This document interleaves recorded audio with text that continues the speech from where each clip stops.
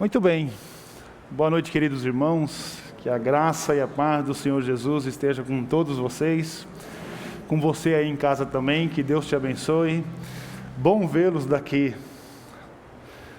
A gente tem uma conexão, né, pastor Elson? A gente tem uma conexão com as pessoas e depois a gente fica sabendo que ela está do outro lado da comunicação e da tecnologia, mas é outra coisa. Irmãos, que experiência que é vivenciar o culto no presencial. Tem coisas que a gente tem uma percepção muito maior quando a gente está, de fato, nos encontrando. Por isso que ser igreja é isso, né, varão? Ser igreja é estar com pessoas. Eu vi uma ministração que dizia justamente que não dá para ser cristão sem ser igreja, no sentido de que não tem como você não estar conectado com uma comunidade, né? E que bom, glórias a Deus pela nossa comunidade, que nós podemos então nos conectar, aí usando a tecnologia e aqui também no presencial, para a glória do nosso Deus. João no capítulo 14 é o texto que nos servirá de base para nós darmos sequência e pensarmos um pouco a respeito de recomeços. Esta é a proposta, né? Estamos falando, como o nosso pastor bem disse, sobre recomeços. E a ideia hoje é nós pensarmos propósitos, vida e missão. Como é que essas coisas se encontram e a partir dessa experiência que os discípulos vivenciaram com o mestre dos mestres, com aquele que é o professor por excelência, quando ele teve a oportunidade de estar entre nós. Esses meninos foram privilegiados, porque puderam aprender do próprio Cristo, andaram com Ele, vivenciaram as coisas que Ele tinha para ensinar. E essa experiência eu espero que console aí o seu coração, da sua casa também, porque certamente Deus tem algo preparado para o nosso coração. Eu quero, numa primeira leitura, nós vamos abordar do verso 1 ao verso 11, mas para início da nossa exposição, uma vez que os outros textos vão aparecer no decorrer da exposição, eu quero ler apenas os 3 primeiros versos, então vamos fazer essa leitura.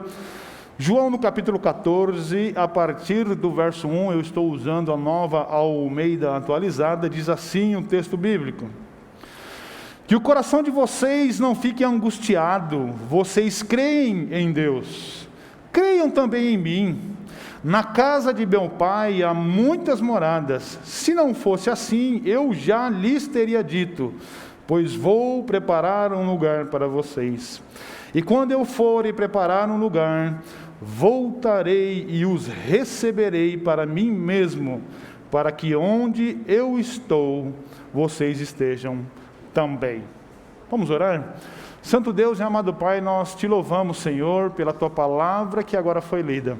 Te pedimos, Espírito Santo de Deus, que assim como o Senhor nos consolou nas canções que nós cantamos, nós fomos abençoados com as orações que nós fizemos. E de forma semelhante nós queremos agora ser abençoados pela tua palavra. Por isso, Deus, que o teu Espírito Santo seja, Pai, um instrumento que vai consolar o meu irmão que está aqui presencialmente, celebrando a Deus conosco, mas que também chegará, ó Deus, aonde esses outros irmãos estão acompanhando através da tecnologia esta transmissão. Que o teu reino seja glorificado, que a tua igreja seja fortalecida, para a glória e honra do teu próprio nome, nós oramos agradecidos em nome de Jesus. Amém e amém e amém. Muito bem.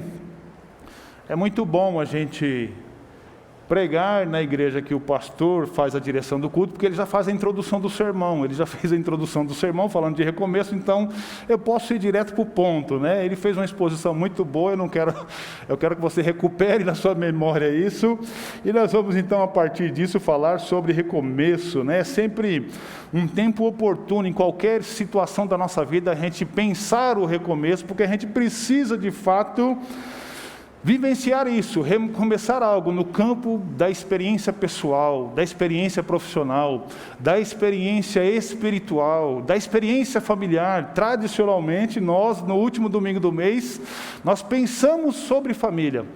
Como que a palavra de Deus pode abençoar as famílias? E eu não quero fechar nesse tema, mas você vai também enxergar que este tema, recomeço, ele pode sim promover na nossa vida experiências que ressignifique o propósito da nossa vida através da missão. As crises, elas podem produzir na nossa vida, queridos irmãos, muitos aspectos em que, eventualmente, a gente pode não mais enxergar o propósito da vida, a finalidade. Quando você pensa em propósito, é uma palavra que está ligada com o telos do grego, que quer dizer justamente isso, a finalidade. Qual é a finalidade da vida? Qual é o propósito da vida? E aí não tem jeito, irmãos, por mais que a gente se esforce, sempre cai aquele cisco no nosso olho que faz a gente deixar de enxergar a finalidade da vida. E enquanto a finalidade e o propósito da vida nos encaminha numa direção, eventualmente o que a gente faz, o cisco faz que a gente, não é mais aqui, aí você começa a desviar a sua rota e pega outros caminhos e a gente acaba muitas vezes se machucando ou então criando rotas alternativas que muito mais, em vez de atalho, a gente cria outros problemas e isso então nos faz pensar nisso. Como que Cristo, como que Jesus, através da sua palavra, através do seu exemplo, nos reconecta com essa visão e com esse propósito. Então a crise, ela existe sim. O texto que nós lemos, ele fala de uma crise que os discípulos viveram. E nós queremos então, a partir disto, enxergar justamente isso, essa oportunidade de restauração, essa oportunidade de recomeçar e pensar em novos horizontes. Talvez desconstruir aquela perspectiva que eu e você estejamos vivendo por conta da crise que nós vivemos, mas agora também parece aquela coisa, né, varão? A gente também antigamente jogava tudo na conta de Satanás, né? A gente não levantava para trabalhar no dia, faltava no emprego, o que o patrão fazia? Apontava a falta. Quando você pegava o lerite, o que você falava? É o Satanás mesmo, eu precisava desse dinheiro e agora o dinheiro veio descontado. E a gente não jogava na conta do Satanás? Mas não é o Satanás, você não levantou para trabalhar, como é que você quer receber? E assim é a tal da crise também, né? Agora também parece que a gente não tem mais vida, a gente só tem pandemia, né? E eventualmente a gente passa por essas coisas, e essas coisas vão colando na gente, porque às vezes, queridos, eu gosto de brincar, eu não vou mexer no meu óculos, porque assim, o negócio está tenso aqui, viu? Você mexe no óculos, aí muda o microfone, aí o irmão da sonoplastia já vai pegar no meu pé, e aí daqui a pouco começa a embaçar, eu já não enxergo mais o... Mas eu gosto de usar aquele exemplo da lente, né? De vez em quando eu tiro as minhas lentes assim para mostrar para você que a pandemia talvez tenha colocado em nós uma lente que a gente não enxerga mais nada. Parece agora assim, o mundo acabou. A gente vive agora só por causa da pandemia. Tudo que a gente vai fazer, joga, que nem a gente fazia com Satanás, a gente faz a pandemia também, né? Perdi o emprego, foi a pandemia.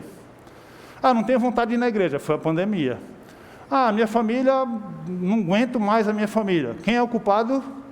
É a pandemia. Sabe o que é engraçado? Eu vi esses dias uma experiência, aliás, uma abordagem, né? E o expositor falou ali o seguinte, né? A gente ia para a rede social, o que a gente falava? Família é o meu maior bem. Família é bênção de Deus. E você... E colocava lá no Twitter, e nessas coisas todas aí que vocês são moderninhos têm. E eu também tenho. Mas eu não sou moderninho. Eu tomo uns puxão de orelha quando eu faço as coisas erradas, porque eu tenho um adolescente em casa, né? E a gente, quando é velho, faz uma coisa feia na internet, o que o adolescente faz? Puxa a nossa orelha, né? Mas enfim, esse expositor falava o seguinte, a gente usava a rede social para dizer isso. Olha, família é o maior, o bem precioso que eu tenho. Como eu amo a minha família. E colocava foto, e todo mundo almoçando, e comendo, e enfim, passeando, aquela coisa toda. E não tem nada de errado isso aí. Mas o que é engraçado? Quando veio a pandemia, o que a pandemia proporcionou para nós? A gente agora saiu daquele ambiente disperso que a gente tinha e viemos todos para um mesmo ambiente. Uau! Nos vemos 24 horas dentro de casa. Aí o que aconteceu? Não aguento mais esse homem em casa aqui me perturbando. Quando é que esse menino vai voltar a trabalhar? Porque não cabe nós, eu e ele aqui. Ou tem que ser eu, ou tem que ser ele. Ou as crianças, não tem aula para as crianças mais. Olha que luta. Não dá para as crianças estudar mais. E aí você vê a dificuldade, né? E esse palestrante diz o seguinte, agora, por causa da pandemia, nós estamos vivendo uma overdose de família, estamos quase que intoxicados por conta dessa questão de família. Claro que ele está exagerando, né? O bom é que você que é crente, você que está aí nos acompanhando, que tem uma família saudável, que é uma pessoa temperada, que tem o amor de Cristo, sabe lidar com tudo isso e você não passa por nenhum problema. Hashtag complete com o que vocês quiserem. Meus amados irmãos, mas quando nós estamos então privados muitas vezes de viver fora desse ambiente da crise ou da pandemia, ou do encontro social, a gente se depara com nós mesmos. Nós não temos outra coisa senão olhar para nós, a gente acaba olhando o tempo todo para nós, né? E às vezes a gente nos acha de uma situação em que a gente pensava que era, mas, puxa vida, agora sendo experimentado, eu não sou tudo aquilo que eu pensava que eu era, e, enfim. Por que estamos, então, trazendo isso à vida, né? Porque, assim como nós estamos, então, privados desse encontro social por conta da pandemia, e é uma série de restrições, os 12 discípulos também vivenciavam a mesma cena. Essa passagem, aliás, o capítulo 13 de João, capítulo 14, e avança um pouco também no capítulo 15, é justamente aquele momento em que Jesus faz aquela reunião, mais ou menos igual a reunião que a gente vai ter na quinta-feira. O pastor vai chamar todos nós e vai falar para nós a respeito daquilo que aconteceu, daquilo que está acontecendo e do planejamento para o futuro. E Jesus está fazendo a mesma coisa com os discípulos. Chama todos eles e fala: senta aqui, meninos. E senta lá os 12 meninos. E aí começa a dar um treinamento para eles. Porque, eventualmente, eu e você, a gente não entende muito essa coisa do propósito. Mas quando a gente olha para a vida daqueles discípulos, se você considerar como que Deus chamou eles, veja o que diz Marcos no capítulo 3, do verso 13 ao verso 15. Depois Jesus subiu ao monte, chamou os que ele quis e vieram para junto dele, então designou 12, aos quais chamou de apóstolos para estarem com ele e para os enviar a pregar e a exercer autoridade de expulsar os demônios. Então, quando Jesus chamou eles lá atrás, quando fez a convocação, eles todos atenderam esse chamado e Jesus explicou para eles por que ele estava sendo chamado. Vocês estão sendo chamados para serem enviados a pregar a palavra e exercer autoridade, inclusive sobre os demônios. Mas aí vai passando o tempo, acho que os meninos acabaram esquecendo, né? Eles são meio que nem a gente, então os discípulos também vão meio que esquecendo das coisas, né? E o capítulo 13, então, ele narra justamente esse exato momento da reunião. Jesus, então, no capítulo 13, ele começa a demonstrar para eles que viria uma pandemia sobre a vida deles. E ele começa a mostrar que essa pandemia seria exatamente a ausência do mestre, a ausência do professor, a ausência do Filho de Deus no ciclo social deles. Então, isso para eles, por si só, se materializará como um grande problema, como uma grande pandemia, como uma crise que para eles assim não tem nenhum precedente. Pensa o que é você andar com um menino, e Jesus, me entenda, né? Porque Jesus foi menino, né? Mas nessa época ele fazia os milagres, ele já estava maiorzinho um pouquinho. Mas na época que Jesus estava andando, de repente ele toca nas pessoas e as pessoas são curadas. E você está andando com essa pessoa. Olha que empoderamento que você tem, né? Esse é o amigo que todo mundo quer ter perto, né? E aí Jesus vai em um outro lugar e de repente ele está lá fazendo a sua reunião, de repente o teto se abre e desce uma cama na frente dele, uma pessoa paralítica, e de repente aquela pessoa é curada também da mesma forma. Então, quando a gente olha para o cenário que os discípulos viveram antes desse momento, para esse momento, você vê que assim, a ideia de ruptura para eles é uma coisa que vai trazer muitas dificuldades para eles. Então Jesus, já no capítulo 13, o primeiro verso, ele vai dizer o seguinte: antes da festa da Páscoa, João agora está narrando, né, aquilo que Jesus está, aliás, o que João está participando juntamente com eles ali.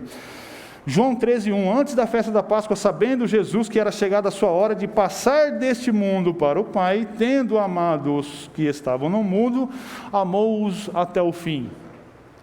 Jesus, então, no capítulo 13, ele começa, chama os discípulos, e aí a primeira atitude dele, olha, vem aqui que eu quero lavar o seu pé, e Pedro bate o pé, não, Jesus, onde já se viu você lavar o meu pé, e aquela coisa toda, e depois ele fala assim, olha, tem outra, não é só esse negócio de lavar o pé, não estou só ensinando a simplicidade para vocês, um de vocês vai me trair, e aí causa outro alvoroço, todo mundo, meu Deus do céu, como é que pode uma coisa dessa, a gente anda com Jesus, é o Filho de Deus, e a gente vai traí-lo. Enfim, ele começa então a dar ensinamentos, né? E o capítulo 13 termina com aquela célebre frase de Pedro, né? Jesus, estamos juntos.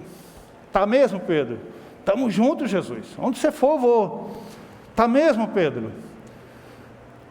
E aí depois ele fala assim, Pedro, eu não quero bater muito no Pedro, porque assim, o Jobson já falou do Pedro, já expôs o temperamento do Pedro, né? Senão a gente vai acabar criando uma ideia, mas tudo isso antes deles serem cheios do Espírito Santo em Atos 2, e depois de Atos 2, aí eles têm uma nova vida, né? O propósito deles é todo ressignificado, mas Jesus puxa a orelha do Pedro e fala assim, ei Pedro, antes do galo cantar 3 vezes, você vai me negar. E ele fica todo assim, mas enfim. Queridos, chegamos então no capítulo 14. E quando nós olhamos então para o capítulo 14 de João, que é o texto que a gente leu, pensando em propósitos, vida e missão, a gente percebe do seguinte, esse texto frequentemente ele é utilizado por causa do verso 6, que diz, eu sou o caminho, a verdade e a vida, ele também é muito lembrado nas questões de evangelismo. Muitas vezes o texto por si só ele já sugere uma palavra de evangelização, e isto é uma verdade eterna, tá? Não dá para você falar assim, não, Jesus não é o caminho, Jesus não é a verdade, Jesus não é a vida. Isto é uma verdade que está implícita na palavra. Mas o que queremos com isso? É dizer que hoje o que vai nos nortear é o pano de fundo do contexto sobre o qual aquela palavra foi proferida, por que ela foi proferida, em que circunstâncias ela foi proferida e qual é o propósito para aquele público local, qual era o propósito dessa palavra. Então a gente quer justamente trazer uma percepção para todos nós, eu espero não atrapalhar o Espírito Santo para que ao final você consiga entender que nós precisamos enxergar o ambiente com os olhos espirituais. Eu vou repetir, nós temos que enxergar o ambiente com os olhos espirituais. Não é espiritualizar todo, mas nós precisamos sim ter a sensibilidade de enxergar aquilo que Deus está fazendo em nós, a partir dos propósitos que Ele designou para que cada um de nós vivesse, para que eu vivesse, para que você vivesse, para que você que está em casa aí também vivesse o seu propósito de vida, porque isso é a única coisa que vai nos dar a sensação de viver uma vida plena. É quando nós alinhamos o nosso propósito, é quando nós entendemos que a missão, estar no caminho, estar fazendo alguma coisa para chegar a esse propósito, é o elemento essencial que a gente não pode perder esse brilho, porque do contrário a gente acaba vivendo uma vida sem propósito, que é o que a gente não quer, né? Então veja, eu pensando esta palavra, eu identifiquei 3 chamados de Jesus para aqueles discípulos, e que de alguma forma esses 3 chamados também extravasam a condição daqueles meninos e chegam até nós. O primeiro deles é o chamado à resiliência. Resiliência, a gente gosta muito dessa palavra, né? A gente sempre traz à memória. Resiliência é aquela capacidade que um material tem de, se ele é redondo, você espreme ele e depois você solta ele, depois de algum tempo deformado, ele volta ao seu estado natural. Se você arremessar esse algo sobre a parede, quando ele bater na parede vai ser amassado, mas depois de algum tempo ele volta ao natural. Então, o primeiro chamado à resiliência é justamente para que eles enxerguem quem eles são. Porque parece que a história que nós vemos aqui, por alguma razão, aqueles discípulos estavam desconectados do senso de realidade. Sabe aquela coisa, quem teve irmão mais velho já sabe o que é. Antigamente, a gente que era mais pitotinha, a gente arrumava confusão, e quando alguém vinha bater na gente, a gente falava, eu vou chamar meu irmão, hein? E aí a pessoa conhecia o nosso irmão, o que ele falava? Então tá bom, vou te deixar. E eventualmente na nossa vida, a gente, por ter essa sensação de que Jesus já nos salvou, parece que a gente fica assim,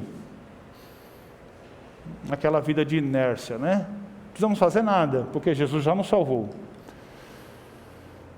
E aí, de repente, o diabo vem, cutuca a gente e fala assim, eu vou chamar Jesus, hein? Parece que a gente não tem mobilidade na nossa vida, parece que a nossa vida, por alguma razão, ela vai se desconectando, e eu espero que esse não seja o seu caso, né? Mas veja, quando nós vamos para o primeiro verso aí, de João, capítulo 14, no verso 1, diz o seguinte, que o coração de vocês não fique angustiado. Numa versão mais tradicional, ela diz assim, não se turbe o vosso coração, credes em Deus, credes também em mim, na casa de meu pai há muitas moradas, se não fosse assim, eu vou-lhe teria dito, vou preparar lugar para vós. Mas eu gostei porque esta versão justamente, ela faz uma separação, ela nos permite entender o seguinte, né? Discípulos, porque vocês creem em Deus, isto é uma afirmação, é como se eu chegasse para vocês aqui e dissesse assim, olha, eu tenho convicção que você que está aqui, você que está aí na sua casa e já entregou o seu coração para Jesus, é como eu falasse para você assim, olha, eu tenho certeza que você crê em Deus, porque você já externou esse testemunho de crer em Deus. Então, o texto nos permite ler dessa forma, porque vocês creem em Deus, creem em Deus, isso aí, se você pegar na NVI, ela te dá essa possibilidade também, de você fazer essa interpretação, não fiquem tristes. Então, o não ficar triste é uma consequência do fato de você crer em Deus. Agora, quando você fica triste, a gente não pode usar o mesmo trocadilho? Ora, se você está triste, lembra de Jó? Por que Jó era acusado? Jó era acusado justamente porque os amigos dele falavam assim, ninguém, Jó, é provado por Deus se não estiver em pecado. Então, isto que você está vivendo é consequência de pecado. Então, veja, a gente eventualmente não faz essa conta. Mas o que o texto está dizendo é justamente isso. Ele está chamando os discípulos à resiliência para que eles olhem para eles. E o chamado de Jesus para nós é justamente esse, para no meio da crise, no meio da pandemia, nós olharmos para nós e começarmos a enxergar valores eternos que Jesus já nos deu. Porque eventualmente, queridos, volta a usar o exemplo da lente, a gente começa a olhar para tantos lugares e Deus nos deu um propósito, Deus nos deu uma finalidade, Ele disse, saia daqui e chegue até ali. Vá caminhando, precisa correr? Não, não precisa correr, você pode ir de uma maneira tranquila, mas é até lá que você tem que ir. E eventualmente a gente acaba nos distraindo e não enxergando isso. Então, quando nós olhamos para esse texto, a gente enxerga exatamente, e eu estou aqui parafraseando o ambiente que Jesus estava vivendo juntamente com eles. É meio que como se Jesus tivesse parado eles e falado assim, olha, eu vou explicar para vocês o que vai acontecer agora, a partir de agora, porque eu estou dando a vocês exatamente a possibilidade de vocês enxergarem que está vindo ao futuro uma crise. Os discípulos, diferente de nós, eles não tinham, por exemplo, as Sagradas Escrituras, né? Eles não dispunham desse recurso. Apesar de estar ali andando com Jesus, eles não tinham essa possibilidade de conhecer toda a revelação. Agora, eu e você temos essa possibilidade de enxergar o todo. Os discípulos estão exatamente vivendo um momento da história em que Jesus vai cumprir o seu propósito de vida, vai aplicar a redenção a toda a humanidade, chegando ao seu momento de morte. E, eventualmente, a gente olha e pensa que quando nós estávamos antes da pandemia, nós estávamos assim, sem propósito, né? Qual era a necessidade da gente antes? Se a gente, no meio da pandemia, está passando por tanta crise, por tanta dificuldade, a ponto de nós não enxergarmos mais o nosso propósito e a nossa missão, Então, para que nós estávamos antes? Era justamente para esse momento. Estávamos vivendo aqui na igreja, em comunidade, em celebração, estávamos justamente vivendo este tempo, em que, quando viesse a crise, nós sacaríamos dos nossos bolsos, cheio de fé. Quanto de fé a gente precisa? 10. Aí puxava desse bolso 10. Quanto de fé precisa? 20. Todo bolso do crente tinha que ter fé.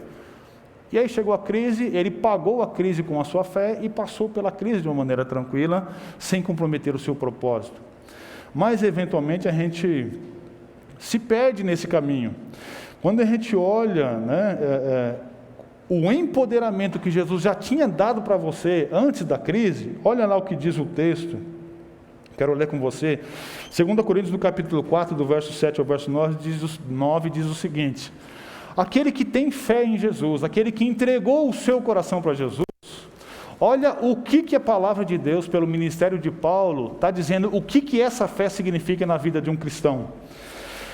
Temos fé, no verso 7, temos, porém, este tesouro. Que tesouro é esse? Porque nós cremos em Jesus, nós temos um tesouro dentro de nós. Em vaso de barro. Por quê? Porque a nossa carne é isso, nossa carne é fraca, nossa carne não é capaz de conter a essência da palavra na sua magnitude, para que veja a excelência do poder que provém de Deus e não de nós. Então, por que nós temos força para enfrentar a crise e para continuar a nossa caminhada? Porque nós temos fé.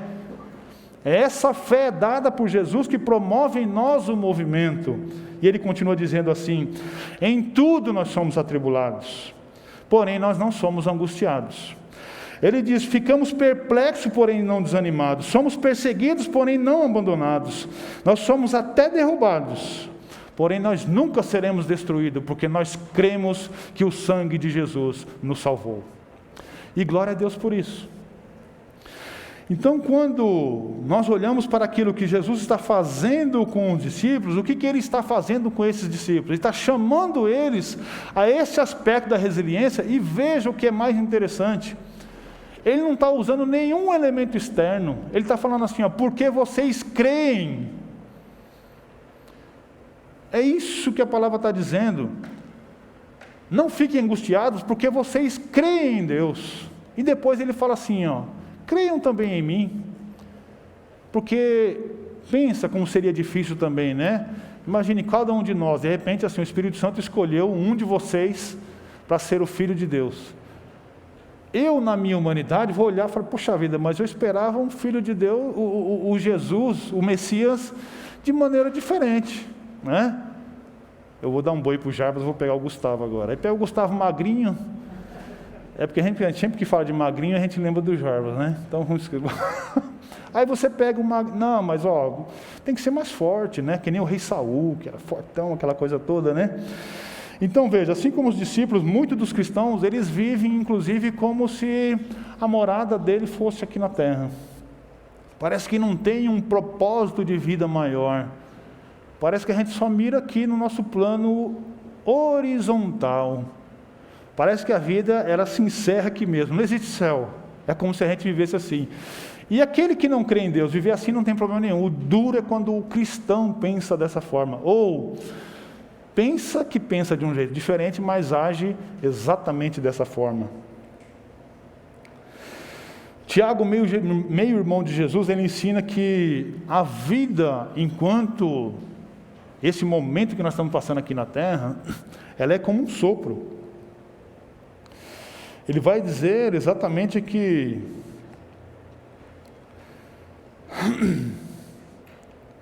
vocês não sabem o que acontecerá amanhã. O que é a vida de vocês? Vocês não passam de neblina que aparece por um instante e logo se dissipa. Paulo, quando ele olha para o seu tempo de vida sobre a terra, ele faz a seguinte leitura, né? Lá em Filipenses, no capítulo 1, no verso 20 e o verso 21. Minha ardente expectativa e esperança é que em nada serei envergonhado, mas que com toda a ousadia, como sempre, também agora, Cristo será engrandecido no meu corpo, quer pela vida, quer pela morte. Porque para mim, o viver é Cristo e o morrer é ganho. É esta convicção que nós como cristãos precisamos buscar a enxergar e, pasmem vocês, não está fora. Talvez você pense, você que está nos acompanhando aí, do conforto da sua casa, que você tem que fazer um grande movimento, né? Quarta-feira nós aprendemos sobre a vida de Elias. De Elias, enquanto estava contido na caverna, com medo, veio a palavra do Senhor a ele, dizendo que ele precisava sair da caverna, e de repente, ele sai e começa a procurar Deus, e passa o vento, passa a tempestade, passa uma série de movimentos estrondosos, e Deus não estava no meio destas coisas, e talvez Deus estivesse então no silêncio. Foi isso que nós aprendemos ali com a nossa irmã Lígia. Mas veja, por que nós trazemos isso à nossa mente? Nós temos esta resiliência dentro de nós, e eventualmente a gente fica querendo tatear. Eu lembrei esses dias do texto, né, enquanto estava preparando esse sermão, que fala exatamente disso, né? Que Deus, ele se manifesta através da sua imanência, e não importa se a pessoa acredita em não, mas existe algo dentro dele que a Bíblia ainda fala assim, para que tateando talvez possam encontrar a Deus, justamente por causa dessa necessidade que o ser humano tem de se reconectar com Deus. Então, quando nós olhamos para o verso 2, que diz o seguinte: olha, fiquem firmes, vocês estarão comigo no céu.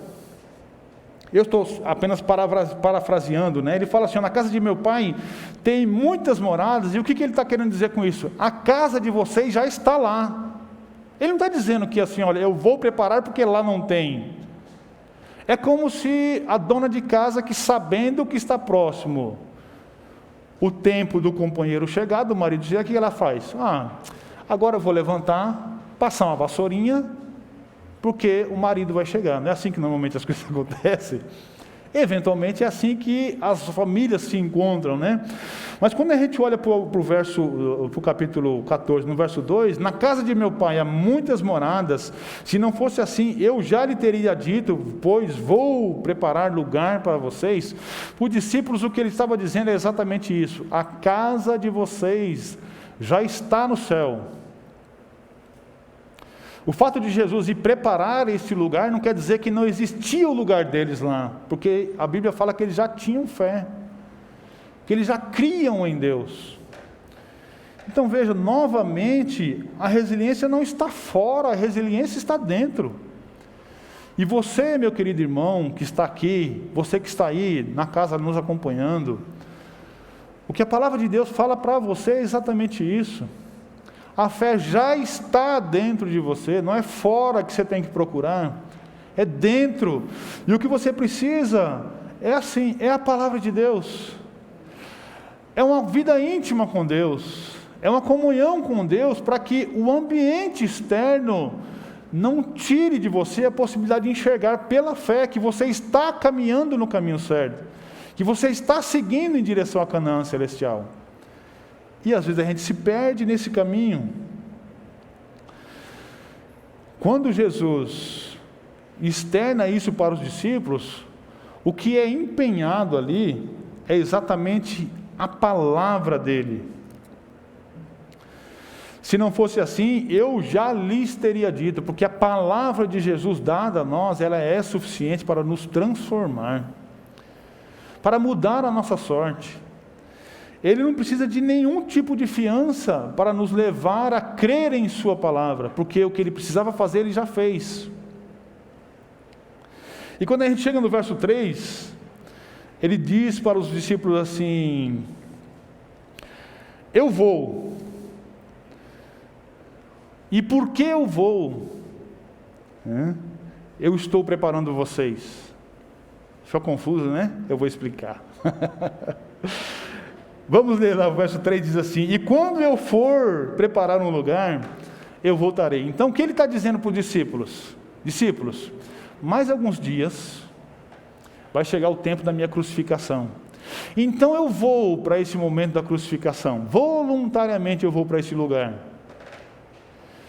E quando eu for, eu vou preparar lugar para vocês. E depois a gente faz uma somatória daquele texto que diz assim, olha, se o Filho não for, o Espírito não vem. Então o propósito de Deus para a vida do Cristo estava sendo materializado ali. Agora, o que os discípulos não entendiam é justamente aquela primeira fala que nós, lá no início, nós lemos em Marcos no capítulo 3. Para que um discípulo foi chamado? Para ir e pregar a palavra. E aí Jesus está falando assim, olha, o tempo da academia já acabou. É para isso que eu andei com vocês até agora. Agora, discípulos, eu vou dar um passo para trás.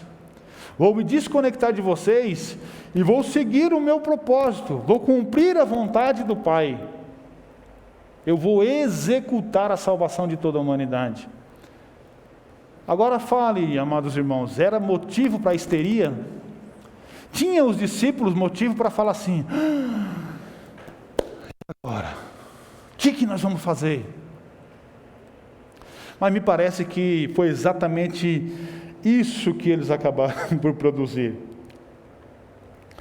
Porque mesmo naquele momento, Jesus ainda bonzinho com ele, fala assim, eu vou e voltarei para buscar vocês, para que aonde eu estiver, vocês estejam também.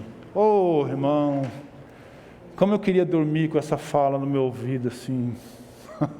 Caso eu não acordasse, eu já sabia assim, puxa vida, eu já estou na glória, porque Jesus acabou de falar para mim que Ele me voltaria para me buscar, que Ele estaria comigo, que aonde Ele estivesse eu estaria também, e a gente sabe que Jesus foi para o céu. Então todo esse tempo que a gente passa aqui, querido irmão, querido amigo, não deve ser um fim em si mesmo, você não deve pensar isso como se isso já estivesse então encerrando a sua jornada. Oh Deus, e agora como é que eu faço? Porque está me faltando um emprego, está me faltando a cesta básica, está me faltando a possibilidade de crescer na vida, na carreira. Num segundo chamado eu quero rapidamente agora emendar os outros dois por conclusão. E a exposição do segundo, eu vou ser mais breve porque era um pouco mais traumática, né? Se a gente estivesse numa aula de motivação, eu teria invertido os papéis. Eu primeiro falaria do puxão de orelha e depois eu dava esse bálsamo que é os 3 primeiros versos. Mas a palavra de Deus no verso 4, ele vai nos dar um indicativo exatamente de que o segundo chamado de Jesus para aqueles discípulos é justamente uma chamada oral. Todo discipulado, ele tem um final. E parece que neste ambiente que nós estamos aqui presenciando, o que Jesus vai fazer exatamente agora com o discípulo é uma chamada oral. Ele diz assim no verso 4, né? Aí do texto de João, no capítulo 14. E vocês conhecem o caminho. É uma afirmação. Não está perguntando, ele só está afirmando. Então eu tenho a percepção que quando Jesus olhou para dentro daqueles discípulos, ele falou assim, existe fé aí dentro de você. Minha irmã, existe fé em você. Irmãozinho, existe fé em você. João, Pedro, já pegou todos os discípulos e disse assim, existe fé em vocês. Por isso que ele diz, e vocês conhecem o caminho para onde eu vou. E aí, irmão, ele começa a fazer a chamada oral. Sabe aquela coisa bem, montar uma dinâmica aqui de aprendizado de sala de aula. O professor acaba de expor a aula, o que ele faz em seguida? Eu vou fazer uma chamada oral para ver se vocês prestaram atenção. E aí nós vemos então 3 características exatamente que eu e você costumeiramente fazemos quando nos vemos numa situação de crise. A primeira delas é a negação. Quando Jesus olha para o discípulo Tomé e fala assim, Tomé, você entendeu? E aí Tomé responde então essa pergunta de Jesus no verso 5. Então Tomé disse a Jesus, não sabemos para onde o Senhor vai, como podemos saber o caminho? E aí, irmãos, assim, se fosse eu e você que estudamos pouco a Bíblia, a gente talvez conseguisse convencer Jesus, mas Jesus estava com aqueles discípulos por muito tempo. E a chamada oral de Deus para mim e para você é, você sabe por que você foi chamado? Se Deus te perguntar por que você está no mundo, qual é a sua resposta a esta indagação? Se nós olharmos um segundo exemplo muito perto desse texto, já citei a história de Pedro, no capítulo 13, no verso 37, então Pedro disse: o Senhor nunca lavará os meus pés. No verso 38, Jesus respondeu: Pedro, você dará a vida por mim? O que Pedro tinha falado? Sim. E depois Jesus disse: em verdade te digo, que antes que o galo cante, você me negará 3 vezes.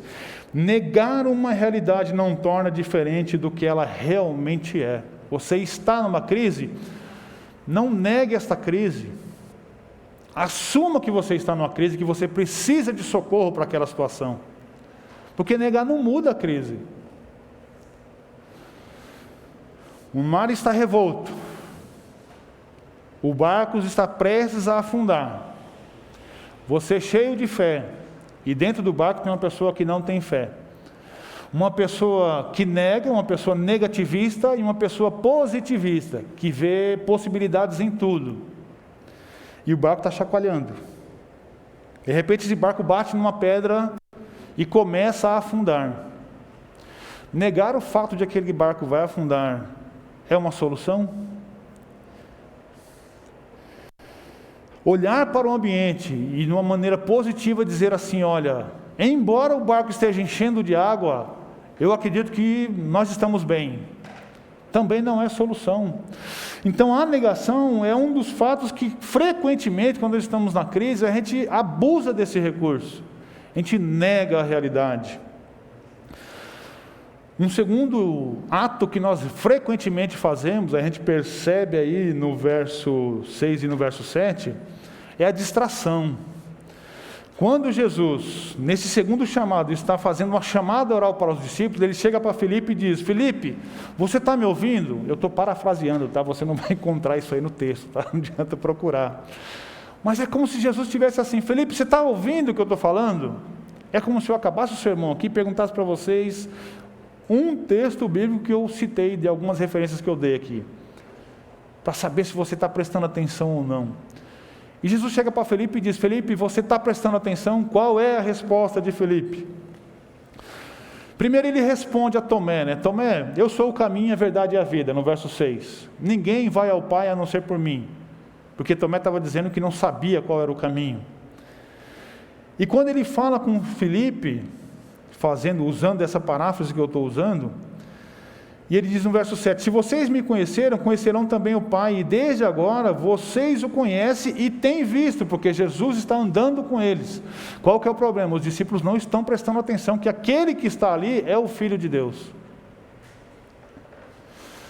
E aí o texto vai nos dizer no verso 8, Filipe disse a Jesus: olha, irmãos, que descaso com Jesus. Senhor, mostre-nos o Pai e isso nos basta. Sabe o que Filipe está querendo dizer? Jesus, menos, corta isso aí pela metade, faz que nem nós. Quando a gente olha para o relógio e vê que está passando o tempo, o que a gente faz? A gente decepa o sermão, né? Pega uns pontos melhores ali e dá uma cortada porque o tempo já nos permite. E aí você vê Filipe exatamente fazendo isso. Senhor, menos, mostra só o caminho para nós e isso nos basta. E eventualmente, amados irmãos, com muita tristeza eu falo isso no meu coração, eu já me vi fazendo isso. Talvez você já tenha feito isso também. Talvez você não tenha dado importância ao caminho, ao treinamento, aquilo que Jesus está fazendo diariamente com você, dando para você cada dia uma porção de fé e de conhecimento, para que você seja cada vez mais resiliente, para que cada vez mais você tenha recurso para lidar com a crise e com a dificuldade, para que quando alguma coisa queira te desviar do seu caminho, do seu propósito, e fale para você, não, o caminho é por aqui, você fala, não, o caminho não é por aqui, porque Jesus já me mostrou o caminho é por aqui, e aqui está a vitória. Mas eventualmente a gente se distrai. E por fim, num terceiro ato, consequência desses outros dois é a histeria.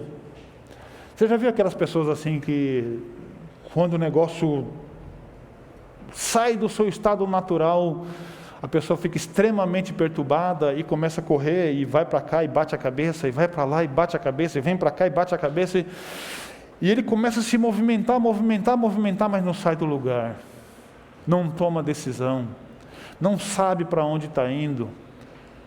O terceiro ato é justamente esse, no meio da crise, quando nós não enxergamos aquilo que Jesus tem para nós como propósito de vida, e não enxergamos que a missão é que não vai nos dar alegria na nossa vida, a gente fica justamente desse jeito, vivendo exatamente esse tempo de histeria, que não produz nada, a gente reclama de tudo, nada está bom, os pastores podem pregar o sermão assim do jeito que for, não muda a sua vida em nada. Pode vir o melhor palestrante aqui falar sobre família, que assim, ó, aquilo entra num ouvido e sai no outro, porque você não quer. É como o Felipe está dizendo aqui: Jesus, mostra só o caminho para nós, que isso aí nos basta. E talvez você esteja vivendo isso. Você quer uma solução igual a Super Bonder, você não quer dar o tempo para o cimento secar. Coloca Super Bonder, que é mais rápido, já fica grudado ali, já colou e já está tudo certo. E você fala assim: eu não tenho tempo. E aí, glória a Deus pela pandemia, agora todo mundo tem tempo. Não pode mais ter encontro social, não pode mais fazer muitas coisas, até o trabalho veio para dentro de casa. Então, se a desculpa é porque perdia tempo no trânsito, não tem desculpa mais, porque agora está dentro de casa, não tem trânsito mais. Palavra de Deus para o seu coração: ouça a voz de Deus para entender o propósito, relacione com o Espírito Santo para praticar a sua missão, e mantenha a sua fé aquecida para enxergar toda a vida, aqui na terra e no céu também. Você precisa ter esse vislumbre de que o seu tempo aqui na terra, ele será passageiro. Concluindo, eu digo para você que nós aprendemos então que a vida dos discípulos, neste exemplo que nós demos, 3 lições nós levamos então para casa, no sentido de que nós frequentemente cometemos os mesmos atos. Eu espero que você coloque isso na sua agenda, mas não faça como Felipe. Porque os textos seguintes diz o seguinte, para o próprio Felipe, veja que puxão de orelha que Felipe toma. A partir do verso 9, Jesus respondeu: há quanto tempo estou com vocês, Felipe? E você ainda não me conhece? Quem vê a mim vê o Pai. Como é que você diz: mostra-nos o Pai? Você não crê que eu estou no Pai e o Pai está em mim? As palavras que eu digo a vocês, não as digo por mim mesmo, mas o Pai que permanece em mim faz as suas obras. Creiam que eu estou no Pai e que o Pai está em mim. Creiam ao menos por causa das mesmas obras que você viu e ouviu falar lá no passado que Deus fez, porque eu estou fazendo as mesmas obras e você ainda assim não crê, Felipe. Em um dado momento da nossa vida, amados irmãos, nós precisamos disso, precisamos desta reflexão, precisamos parar e olhar se de fato é algo externo que precisa vir até nós, ou se nós precisamos apenas abrir as nossas caixas de ferramentas que há tantos anos o Espírito Santo tem dado para você. Quantas palavras você já ouviu? Quantas ministrações você ouviu? Quantos hinos você já cantou? Quantos louvores? Quanto de oração você já dobrou o seu joelho? Quantas lágrimas o céu já recolheu do seu rosto, que você já adorou a Deus através da oração? E por que agora, no meio da crise, nós então agiremos igual aos discípulos? Vamos negar aquilo ali. Jesus não vai embora não, fica com a gente. Não vamos prestar atenção como os discípulos não prestaram atenção. Jesus, já que o Senhor vai mandar o Espírito Santo, só fala para nós o caminho só, a gente nem quer saber desse negócio de missão, para nós é indiferente. Talvez você não fale isso, mas analise a sua vida, se em algum momento você não age dessa forma, se a missão para você não quer dizer nada, você só quer chegar lá, e aí você pede o melhor de tudo, porque justamente a missão é que nos dá essa alegria, cada desafio, levantar de manhã e saber que nós temos que realizar coisas, que nós temos que cuidar de pessoas, seja do filho, seja da filha, do pai, da mãe, seja a tarefa do trabalho, seja o compromisso com Cristo de testemunhar da graça do seu amor. Amados, a igreja de Jesus, como vou parafrasear aqui o pastor Cido, nunca houve um tempo tão oportuno para a igreja ser sal da terra e luz do mundo, porque você tem isso dentro de você, essa fé está em você, porque você creu em Jesus, você tem o que dar. Mas quantas pessoas no mundo gostariam de ter uma esperança e não tem, não sabem aonde procurar, estão tateando, tentando encontrar Deus e não encontram, e você tem isso dentro de você, e muitas vezes faz mau uso. Então que seja um tempo de retomada, que seja um tempo em que a gente pare com esse negócio de negar, pare com essa distração, não deixemos que a histeria tome conta de nós, de modo que a gente só faça barulho e nada aconteça. Quantas vezes nós analisamos a nossa vida e a nossa missão, a gente começa um projeto e para, a gente só quer fazer barulho, a gente só quer chegar na reunião de diretoria e falar, olha, eu vou fazer isso, e depois de um mês a gente some, a gente não aparece, a gente não fala porque veio, não fala porque fez, e nem fala porque que deixou de fazer. A gente precisa desse amadurecimento. Nós não podemos continuar tocando a vida de qualquer maneira, não importa o caminho, não importa o quanto longe você foi no caminho errado, você só precisa voltar. Simples assim. Não importa quantas vezes você tentou e não deu certo, você só precisa recomeçar. O alvo a ser alcançado não pode ser um fim em si mesmo, porque senão a sua vida não teria graça nenhuma. Pensa comigo. Você tem um grande projeto na sua vida. Qual é? Comprar a casa? Tá. Você vai trabalhar por um tempo e planejar, e você vai comprar essa casa. Quando você adquirir esta casa, aquilo para você não tem muito sentido. Você vai falar assim, está faltando mais um projeto de vida para mim. E aí você mira no carro. E aí quando você compra o carro, você fala, puxa, mas ainda estou incompleto. Eu preciso disso. E você vai, e você vai, e você vai. Então nunca será um fim em si mesmo. O que você precisa entender que a nossa morada está no céu.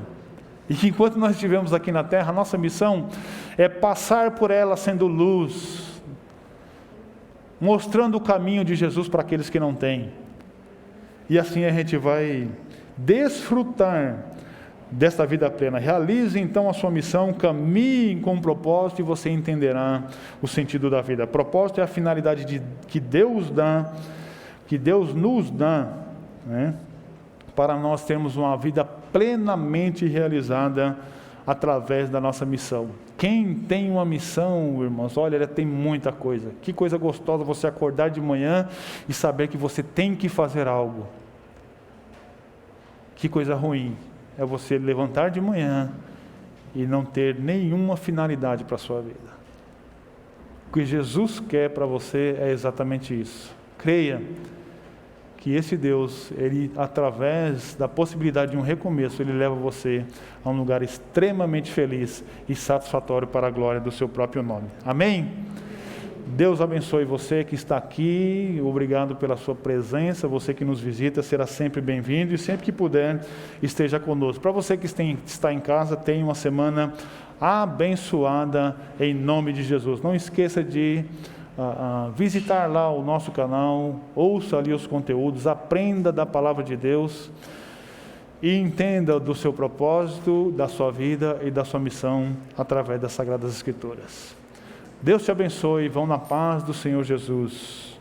Amém.